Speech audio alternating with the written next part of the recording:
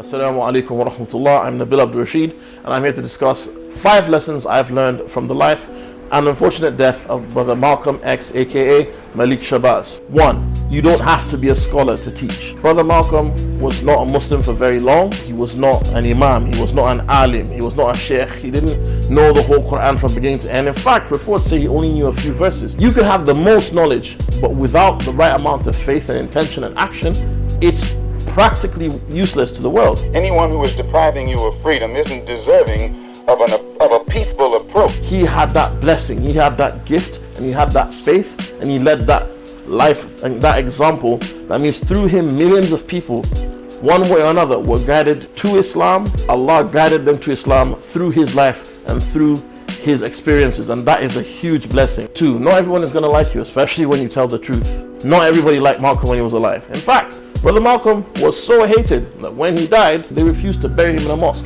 He was actually buried in a church because Muslims were scared to be around him for fear of repercussions, and many found him to be divisive, even though his actions were solely for their benefit and the benefit of his fellow man. And it shows us sometimes when we speak the truth and we know it to be the truth, not everybody's going to be on side. Even our own people might not be there to stand by us, but it does not matter. When you speak the truth, when you know the truth, it will be revealed eventually. It's your duty to hold the integrity that Brother Malcolm had when he spoke his truths. And bring about the freedom of these people by any means necessary. 3. Sometimes people don't appreciate you in your own time or in your own lifetime. Now, a lot of people criticize Brother Malcolm, saying that he was too fiery in the way that he delivered his message. I respond to them saying that they should remember that Malcolm was killed, but so was Martin Luther King, and these men were almost completely different ends of the spectrum. It just shows you that no matter how you deliver the truth, some people will dislike you. So you should always aim to please your creator and not creation. Now look how highly exalted Brother Malcolm is. And those who spoke out against him, where are they? 4. Tough times create tough men. There was no privilege at any point in his life. He died poor, he was born in poverty, he struggled most of his life, and he dealt with a lot of adversity. But through all of that, he still inspired more people than most people on earth ever will. A lot of the times we as Muslims, we pray for privilege, we pray for ease. What we don't realize sometimes is that hard times make hard men. Malcolm X was a hard man. He was a strong man, and like many men before him that have inspired us, the privilege that was taken away from him, the suffering, the trials and tribulation, the pressure he was under, created a diamond of a man. Don't always pray for easy times.